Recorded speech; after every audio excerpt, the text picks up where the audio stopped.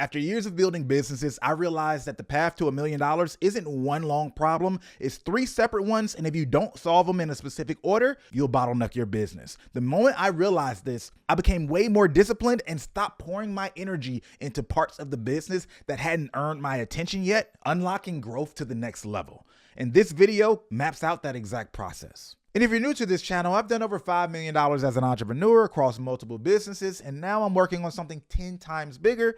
This channel is me documenting along the way, so you get the lessons without the tuition. Being a founder for some time, I became very aware of the holy grail, this term called product market fit. This magical moment where you hit this inflection point that will allow you to scale to $1 million and beyond. And you have so many experienced founders pushing this message. You need to get to product market fit. But the problem was, I thought I understood what it meant until I spent enough time in business struggling to get to that point. And here's why. If you look at Mark Andreessen, who's known as one of the most successful entrepreneurs and venture capitalists in Silicon Valley of all time, this is what he says about product market fit. Product market fit means being in a good market with a product that can satisfy that market. That all sounds good, but it's not instructional. I understand the idea, but every conversation I looked up about product market fit abstracted it to a conceptual level and left it there. So through building multiple businesses, I figured out that product market fit comes down to a simple formula. Market existence plus product fit plus distribution fit equals product market fit. These are the three goalposts that you should be looking for to scale your business. Whether it's a service business or a product business, B2B, B2C, these are the three levers. But it's important to be clear on what it looks like to hit each one so you don't get confused. So let's start with market existence. All right, let me save you some time because most entrepreneurs can get through the market existence part of this equation in minutes, literally. So ask yourself the question, does this market exist? How do you find out if this market exists? Well, a lot of people's businesses already exist in the world. If I have an accounting service, right, there's already accounting services that exist to the point that people are budgeting for accounting services. You don't have to do deep research to figure out, are people willing to pay for accounting services? You can check off market existence and move on to the next step, which is product fit. However, there are some nuances to consider. Let me give you another example. Airbnb.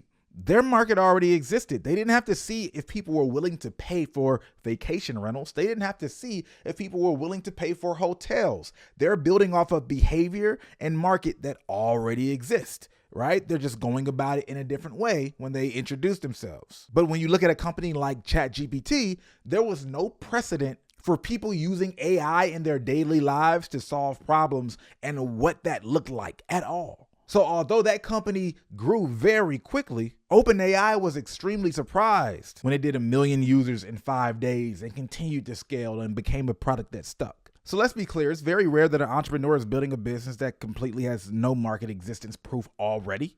And if you're early on, I advise you, please work in a market that already exists and simply iterate. Because if you are moving in a market that does not exist or there's no clear indicator, ChatGPT is a great success story, but there's a far bigger wasteland of products that have failed and wasted a lot of time and money simply because people didn't take the time to do the due diligence to make sure that people actually felt the pain that they were trying to solve or desired the benefit that they were trying to offer to the point that they would actually pay for it. And we're not going to get in it too deeply here, but once you know that market exists, then take the time to figure out what is the total addressable market. How many people will buy this service and how many of them can I reach so you can understand how big you could possibly become. Because there's another wasteland of businesses that did have a product that people would buy or far too low of a price to sustain the business itself. But now we can move on to product fit. This is where your solution comes in.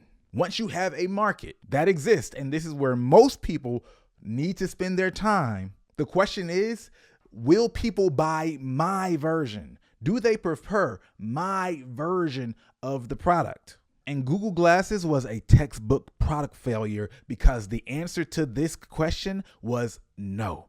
But here's the things that you have to understand. People already wear glasses, right? They wear sunglasses, they wear glasses for their vision.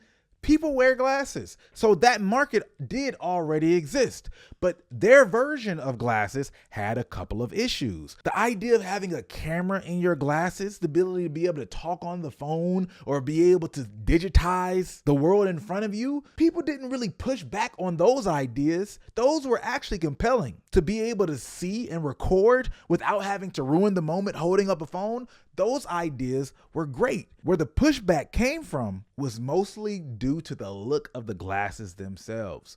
Yes, people wore glasses already, but Google Glasses didn't look like glasses. They looked like Google Glasses. They looked like equipment. They were clunky and quirky. They didn't fit with people's outfits. Where the world of glasses had already integrated into the idea that they were a part of people's fashion and their personality.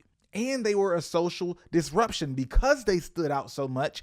People who knew what Google Glasses were felt like you might be being intrusive if they saw you in Google Glasses because you might be recording them. So it's important to understand people might actually want the things you offer, but the way you package it will change whether or not they're willing to accept it, whether they're willing to pay a little or a lot of money for it. Because we saw that when Meta actually partnered with Ray-Bans and implemented pretty much that same technology in normal looking glasses, there was early success. So much so that many others continued to do their own versions, and it's a true market that's growing. And then on the other end, you have a complete success like Zoom that came into a market that already existed, where there was Skype, GoToMeeting, and others. And the answer to the question of would people prefer their version was yes, because Zoom made a version that was far easier to set up for both people to interact with and a far cleaner, purpose-driven UX in general. But I do want to be clear, this process isn't just for the product itself or the business itself. You can use this for new lines of products or new features that you introduce as well. So say you're an accountant, you're updating the books, sending over the balance sheets, the typical things that a founder might get on a monthly basis. But you decide, I want to take it to another level and just send over a video every single month explaining the documents that I'm sending over, pointing out what I believe to be important, what's less important, and maybe even giving some recommendations. Now, in a service business, this is an add-on in terms of effort, but if it was a product that you were building, it would be a new feature. And now the question becomes, do they appreciate that add-on that you offer as a part of your service? If you stopped doing it, would you start to get emails where people say, hey, what happened to my video? I might have missed the video. Maybe it went to my spam. What's going on? That's a signal that there's some level of appreciation there. But if you stop sending those videos and no one ever mentions them, you are providing an extra service that no one cared about. So when you talk about your version, whatever that looks like of your product, you don't want to isolate for the aspects that everybody offers. You want to isolate to figure out if people appreciate the unique things about your offer if you decide to try to make it unique among others. And this is when we get to distribution fit, because when you stack this growth lever on top of the other two, growth accelerates. But distribution fit is heavily misunderstood because people think that distribution fit is just this idea that I found a marketing channel that works for me because I'm making money from this marketing channel. I sent some emails or I ran some ads and I made money. But the definition or question rather that you should be answering when it comes to distribution fit is, can I reliably and profitably acquire customers? Full stop. Now, there's two words there, reliably, or you can switch that out with predictably and profitably acquire customers. Otherwise, it doesn't matter. And there's a few different channels out there, more than a few different channels out there. You got YouTube, TikTok, LinkedIn, you have organic, you got billboards. There's so many different channels that you can reach when it comes to advertising. But even within a channel, it's how you go about it on that channel. There's people who are utilizing Instagram and they're running ads, but you also have people who are getting customers through organic content. Two completely different strategies on the same distribution platform. But then you can go deeper and say, how do you approach your marketing or package yourself within the context of that strategy? For example, two companies can be running ads, but somebody could be serious in the way they approach the creative for their advertising, and somebody else could be pure comedy.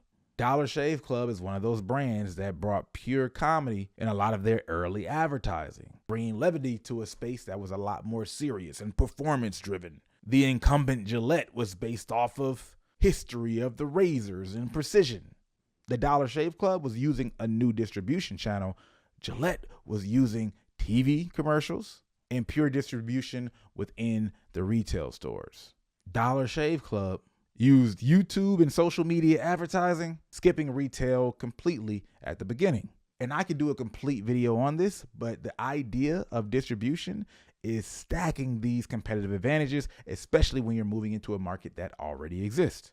So you can find a channel that nobody else is using. If you're a dentist, are dentists marketing themselves on TikTok? Or if you're somebody who sells stuff to dentists, do people advertise to dentists on TikTok or LinkedIn? What platforms are they using and what platforms aren't the competitor using? And can you get to them before other people do? And then that proof of concept brings the wave of all your competitors, and now you're competing heavily with everyone. That's a complete channel advantage. But then even within the channel, it's how you approach it from format all the way to messaging. But when you get to the point that that is actually working and it's predictable in a way that you can control, you can create more output and acquire more customers profitably, now you have distribution fit. And this is where people get confused, because there are a lot of brands that are ran by big influencers these days. And if you are a big influencer with a big audience, you might be able to see a good amount of growth for your business just based off of the access to your audience and the trust that you have with your audience. You might be able to get to 1 million, 2 million, 3 million relatively quickly for low to no cost. But once you burn through that distribution resource that is your own audience, do you have distribution fit to predictably reach and acquire new customers profitably? That's what true distribution fit looks like. Now, keep in mind and be clear, a company can have multiple distribution fits, but when you're starting, and especially when you're scaling to that first million, you want to figure out that one that works for you and layer on others over time. But don't get distribution and distribution fit confused, and also do not fall prey to the illusion of being able to provide early growth through the trust that you've already built with an audience. Because back to Google Glasses, they had plenty of distribution. They had all the PR in the world just from Google alone, right? And the access it has, let alone the PR that was spawned from it. But guess what?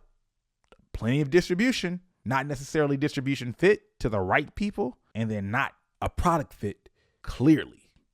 And to be sure you have product fit, you have to make sure people are actually appreciative of the things that are unique to your version, if those aspects exist. And it's not just about the first purchase, but the fact that they're willing to pay the subscription on a recurring basis or come back and buy the product again if it's not a subscription, but it requires multiple repeat purchases. And even if it's a one-off type of business, they still should show some level of appreciation for what you provide. In most cases, your market probably already exists.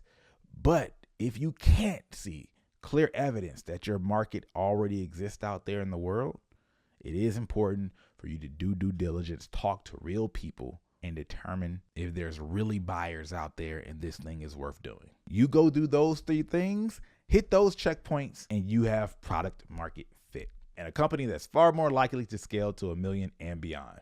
So if you like videos like this, if you're a builder looking to continue to grow something, there's more where that came from. See you next video.